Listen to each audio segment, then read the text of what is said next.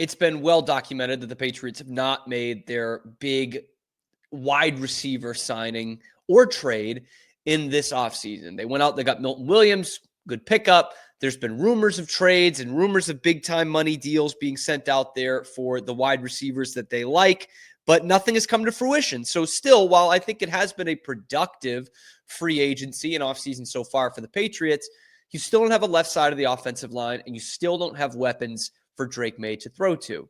Well, on Tuesday, we got an insight as to why the Patriots have not gotten out there and gotten some of the best weapons on the market. Why guys like Davante Adams and DK Metcalf have gone by the wayside with signing with other teams or being traded to other teams at asking prices that the Patriots probably could have met.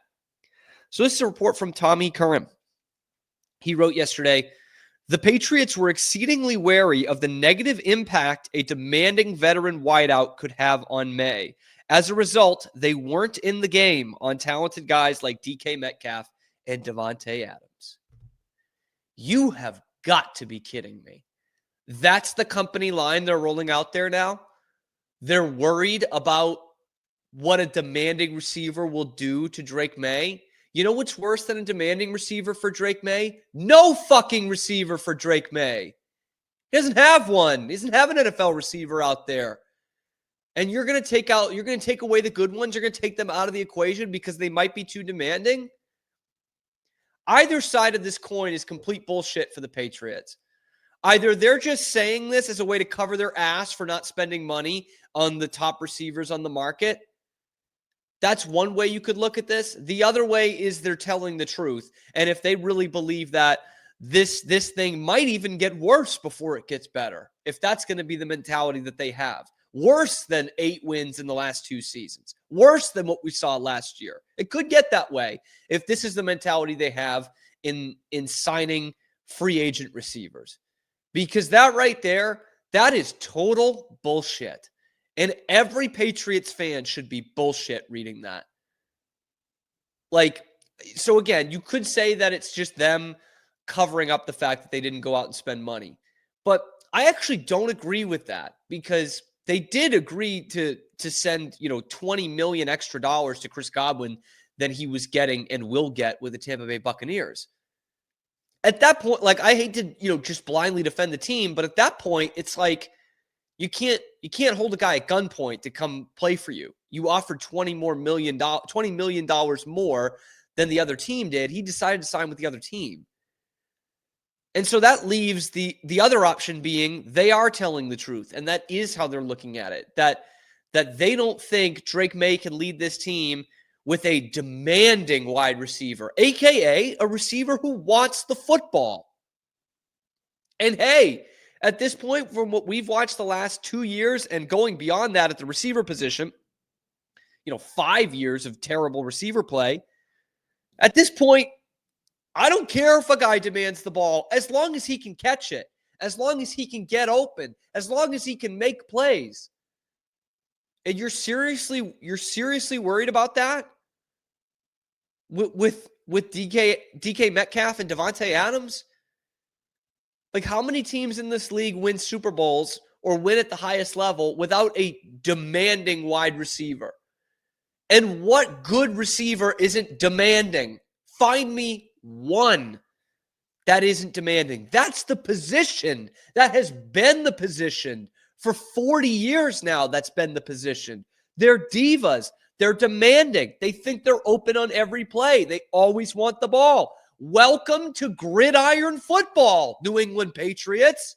That's how it works. And unless you have the greatest quarterback to ever tie cleats on, then that's what you're going to have to deal with. Everyone in the world could tell you that after this Brady thing was done, you were going to have to find some damn good receivers to elevate your quarterback, to elevate your offense. And instead, here they are in year 2 of Drake Maye, and they're ready to punt on year 2 as well because they don't want a guy who's too demanding, a guy who's going to ask for the ball, demand the ball in the huddle. You want to find a top-tier receiver in this league that doesn't do that? Go with God. Good friggin' luck. You're not going to find one.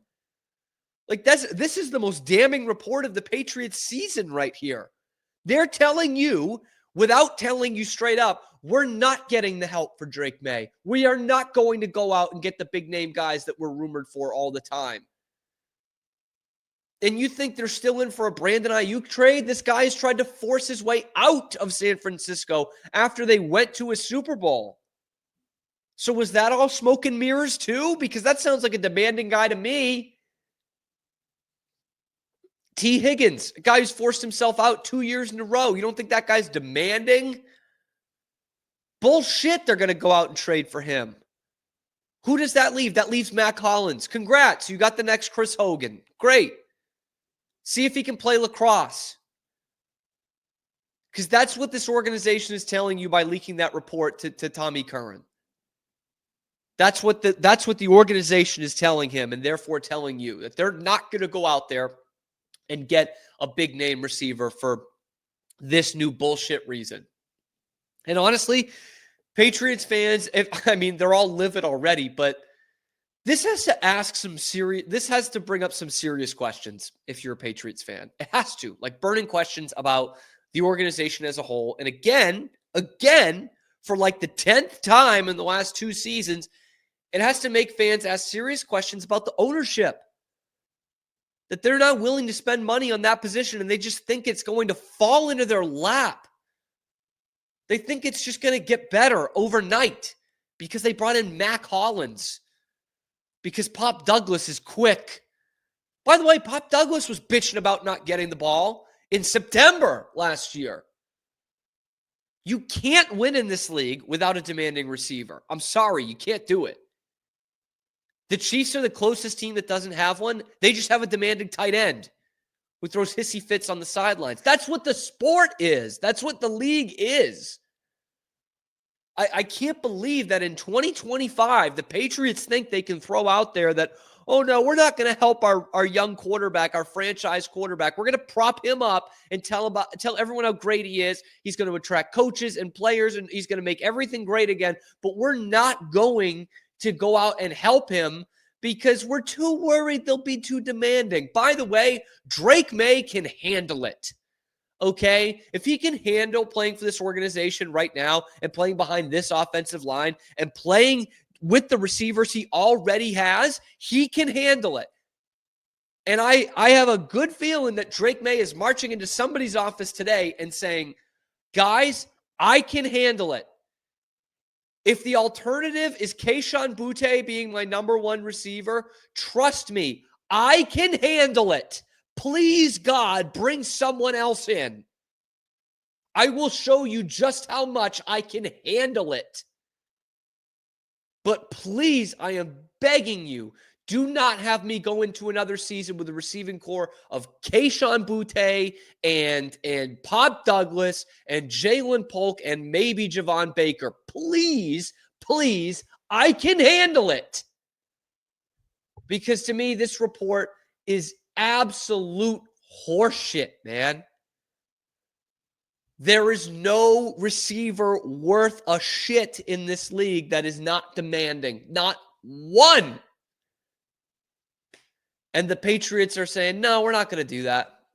We're not going to go after that. We want to coddle our Drake Maye here.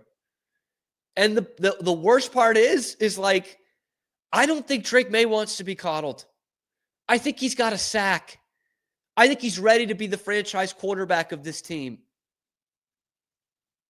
And the Patriots are all content on hyping up his name and saying how great the future is going to be because of him, but they're not going to help him. That's what they're saying with this report. And to use an all-time Patriots example, they're telling you that Drake Maye is the next great chef in America, but we're going to buy the groceries for him, and they're going to be shit. Somewhere Bill Parcells is smiling. Because it took a long time for that to rear its ugly head again in this Patriots organization. It took almost 30 years. But he's just sitting there thinking, told you 30 years ago. And It's amazing to me that I know that what they saw up close was Tom Brady for 20 years, right? And how Tom Brady could elevate everything on the football field, could elevate offense, defense, coaches, organization as a whole, owner, could elevate him. And yet you saw all these other teams around the league and how they were built. And you said, no, you know what? We'll just find the next Tom Brady. There has never been one in the history of the NFL, and probably will never be one again. But they'll say, we'll just find the next one, and we'll be able to give him, Jabbar Gaffney and Dante Stallworth and Chris Hogan, and Danny Amendola. We'll just give him a bunch of those guys, and we'll win 6 Super Bowls again. The fan base that watched it for 20 years can tell you that's not the case, but the owner apparently cannot. And the people making the decisions in the Patriots organization cannot. They cannot look in the mirror and say, we don't have another Tom Brady. We don't have a quarterback. We have a quarterback that's good, by the way, but not one that we can just stick a bunch of stiffs out there, a bunch of practice squad guys out there. In baseball, we've called them quadruple A guys. And this has become a problem in Boston sports. 3 of the 4 teams either won't spend money or can't spend money. They can't do it. And now this is the latest lame-ass bullshit excuse they're going to give you? That we're just worried about the huddle that Drake Maye is going to be in. Bullshit, man. And if that is true, if that is the case, get someone else making the decisions. I don't know if it's Kraft or Elliott Wolf or what. Or Vrabel. If this is coming down from Vrabel, I have a problem with that too. And I love what Vrabel is supposed to bring to this team. But give me a break with that. How stupid do you think we are? Seriously, it's just another insulting move, another move insulting the fan base's intelligence. That you think that we're going to believe that you think that we're going to agree with you. Yeah, you know what? DK Metcalf, that bitch, that born-again Christian, what an asshole. I don't want him in the huddle. Or Devontae Adams, with his long, long list of being an absolute headache. We don't want him in the huddle. I don't get it. I don't get it. Yeah. Philadelphia did just fine with A.J. Brown. I'll say that. They did just fine. The Chiefs, when they had Tyreek Hill, a deplorable human being, did just fine. Won a Super Bowl. So I can't hear that line and take it seriously. I can't. To me, that Patriots fans should be absolutely ripshit over that. I mean, as one pretty intelligent commenter points out, even Rod Tidwell was demanding. There's no way around it, man. That's how the game has to be. Anyway, let me know what you think down in the comments below. Is this just a horrible company line from the Patriots or what? Be sure to like and subscribe if you're watching on YouTube. It helps out the channel a ton. We are here live on YouTube every weekday, high noon Eastern time, talking nothing but Boston sports. And then we are available wherever you get your podcasts. I'm Cam Stewart. Zach Burke keeps us on the air every day.